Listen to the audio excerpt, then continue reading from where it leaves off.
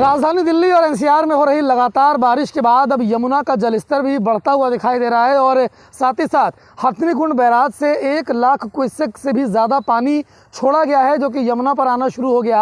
अभी आप देखिए, मैं दिखाता हूं आपको, ये ज्वार के खेत हैं जो लहलहा रहे थे आज सुबह से पहले तक, लेकिन आज सुबह जो बारिश का पानी और हथनीकुंड बैराज से जो पानी छोड़ा गया है उसके चलते ये ज्वार लगभग डूब चुकी है और यहाँ किसानों का भारी नुकसान हुआ है। आपको दिखाऊंगा, देखिए करीबन 6 फुट 5 फुट का जो ज्वार का जो पूरा खेत है ये आपको डूबा हुआ दिखाई दे रहा है। हम इस वक्त खेतों के बीच से ही निकल रहे हैं, बिल्कुल ग्राउंड जीरो से हम आपको ये तस्वीरें दिखा रहे हैं और ये तस्वीरों के माध्यम से दिखा रहे हैं कि पानी कितना ज़्यादा हो चुका है। किसान जो उम्मीद लगाए बैठे हुए थे कि ज्वार अब तैयार होगी और उन लोगों का काफ़ी फ़ायदा भी होगा, लेकिन ये उम्मीदें पूरी तरीके से इस बारिश के पानी और हथनीकुंड बैराज से छोड़े गए पानी में कहीं ना कहीं बहती हुई दिखाई दे रही हैं। हमारे साथ में कुछ किसान भी हैं, उनसे बातचीत करेंगे। क्या हालात हैं, कितनी ज़्यादा दिक्कतें आप लोगों को हो रही हैं? भाई साहब, सारी दिक्कतें किसानों का तो जीना मुश्किल है।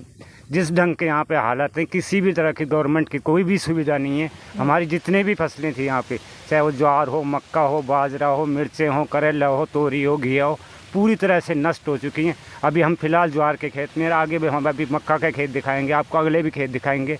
ये मिर्ची का खेत भी जो पूरी तरह जलमग्न हो चुके हैं, पूरी तरह डूब चुके हैं, जिसमें जितनी भी हमारे किसानों की लागत है वो मतलब लागत तो नहीं, बिल्कुल भी किसी भी % पे 0% भी हमें कोई चीज़ नहीं मिल पा रही। अभी ये देखिए, लोग जो हैं वो नाव से किसी तरीके से अपना सामान वहाँ से निकाल करके ला रहे हैं और इसी तरीके से सुबह से ही ये लोग जो हैं वो जो यमुना के किनारे खेतों पे झोपड़ी बना के रह रहे थे वो लोग अपना सामान ला रहे हैं। कितना नुकसान कम हो सके ये कोशिशें कर रहे हैं। कुछ और किसान भी हमारे साथ में हैं। सर, क्या हालात हैं, कितनी ज़्यादा दिक्कतें अब आप लोगों को जो बारिश लगातार दिल्ली में हो रही है और हथनीकुंड बैराज से पानी भी छोड़ा गया उससे हो रही है? मैं रविंदर त्यागी, संगठन मंत्री भानु प्रताप किसान यूनियन से, और मैं यहाँ इनकी मदद के लिए आया हूँ। नावें लगवा रखी हैं प्राइवेट, इनकी मदद कर रहे हैं। और यहाँ ज़मीन का लोगों का इतना नुकसान हो रहा है जिसकी कोई हद नहीं। ये देखो, तोरी, घिया, मक्का, ज्वार सब बह गई हैं। बस लोगों की जान बचा रहे हैं हम। अगर आदमी बच जाए, सामान माल तो बाद में बच जाएगा, बाकी माल बचो या ना बचो, आदमी बच जाए। अच्छा, आपके भी खेत यहाँ पर हैं। हाँ, नुकसान आप लोगों का भी हुआ होगा। ये देख रहा हूँ मैं, झोपड़ी जो है ये डूबी हुई है। लोग अपना सामान किसी तरीके से बचाते हुए दिखाई दे रहे हैं। फसलों का नुकसान हो गया। क्या उम्मीद थी आपको इस साल? इस साल तो कोई भी उम्मीद नहीं थी। इस साल तो ये थी बम्पर फसल होनी थी हमारी, कि ज्वार, मक्का, जो चारे की ज्वार बो रखी है वो सब नष्ट हो गई है। देखो ना, सारे में ज्वार मक्का खत्म हो गई है, मिर्च है, तोरी है, घिया है, सब खत्म हो गया, सब नष्ट हो गया है।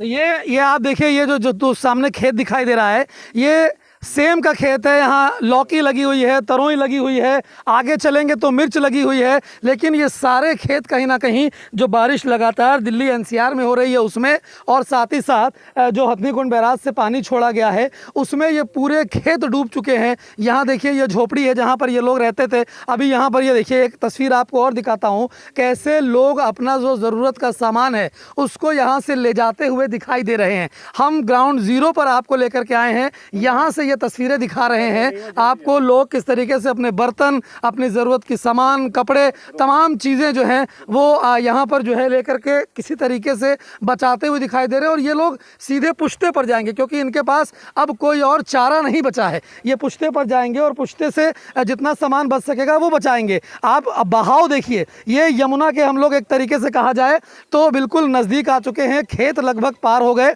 और अब हम यमुना के नज़दीक आ गए। और बहाव आपको दिखाऊं, इतनी तेज़ यहाँ पर बहाव आपको दिखाई दे रहा है जो जल्दी पूरे साल दिखाई नहीं देता है। यानी जो छोड़ा गया पानी है हथनीकुंड बैराज का वो भी आ रहा है, पहाड़ों में बारिश हो रही है उसका भी पानी है, जो मैदानी इलाकों में बारिश हो रही है उसका भी पानी है, और उसने कहीं ना कहीं यमुना के किनारे के खेतों को पूरी तरीके से डुबा कर रख दिया है। हालात बद से बदतर हैं, लोगों का बड़ा भारी नुकसान हो रहा है। यहाँ लोग किसी तरीके से अपने जो पेड़ हैं, ये मिर्च का देखिए, मैं आपको दिखाऊँ, ये मिर्च की खेती है। यहाँ मिर्च के ये पौधे हैं, इसको निकालने की कोशिश की जा रही है कि अगर 2 से 3 दिनों बाद बारिश का पानी और जो ये पानी भरा हुआ है खेतों में ये उतर जाता है तो इन पेड़ों को दोबारा से इन पेड़ों को लगा सकें। लेकिन फ़िलहाल जो हालात हैं वो ऐसे दिखाई नहीं दे रहे, क्योंकि पानी का स्तर लगातार बढ़ता चला जा रहा है।